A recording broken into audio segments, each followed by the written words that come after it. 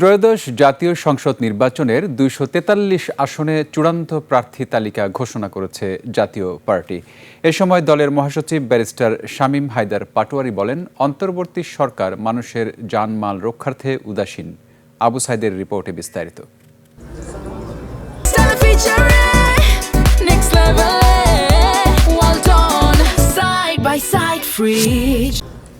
শুক্রবার বিকেলে রাজধানীর একটি হোটেলে ত্রয়োদশ জাতীয় সংসদ নির্বাচনের চূড়ান্ত প্রার্থী তালিকা প্রকাশ উপলক্ষে সংবাদ সম্মেলন করে জাতীয় পার্টি।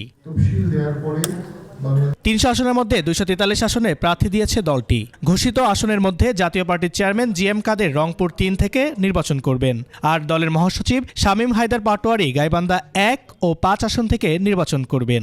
জাতীয় ২১ রংপুর ৩ গোলাম মোহাম্মদ কাদের জাতীয় পার্টির চেয়ারম্যান, সাবেক সংসদ সদস্য এবং সাবেক মন্ত্রী। জাতীয় ২২ রংপুর ৪ আবু নাসের শাহ মোহাম্মদ মাহবুবুর রহমান। সংবাদ সম্মেলনে জাপা মহাসচিব সরকারকে লেভেল প্লেইং ফিল্ড নিশ্চিত করার দাবি জানান। সকলকে আহ্বান জানাবো একটি শান্তির পথে হাঁটতে, একটি ঐক্যমতের পথে হাঁটতে, একটা অন্তর্ভুক্তিমূলক ভোটের দিকে যেতে লেভেল প্লেইং ফিল্ড নিশ্চিত করতে হবে। তালিকায় থাকা প্রার্থীদের মধ্যে কমপক্ষে ৪ জনের নাম এসেছে আনিসুল ইসলাম মাহমুদ নেতৃত্বাধীন জাতীয় পার্টির একাংশ থেকে।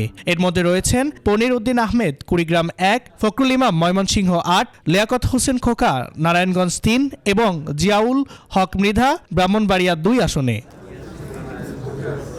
এদিকে দ্বাদশ সংসদ নির্বাচনে ঢাকা ১৭ আসনে দলের চেয়ারম্যান জিএম কাদেরের স্ত্রী শেরিফা কাদের প্রার্থী হলেও এবার থাকছেন না ভোটের মাঠে। আবু সাইদ, ২১ টেলিভিশন, ঢাকা।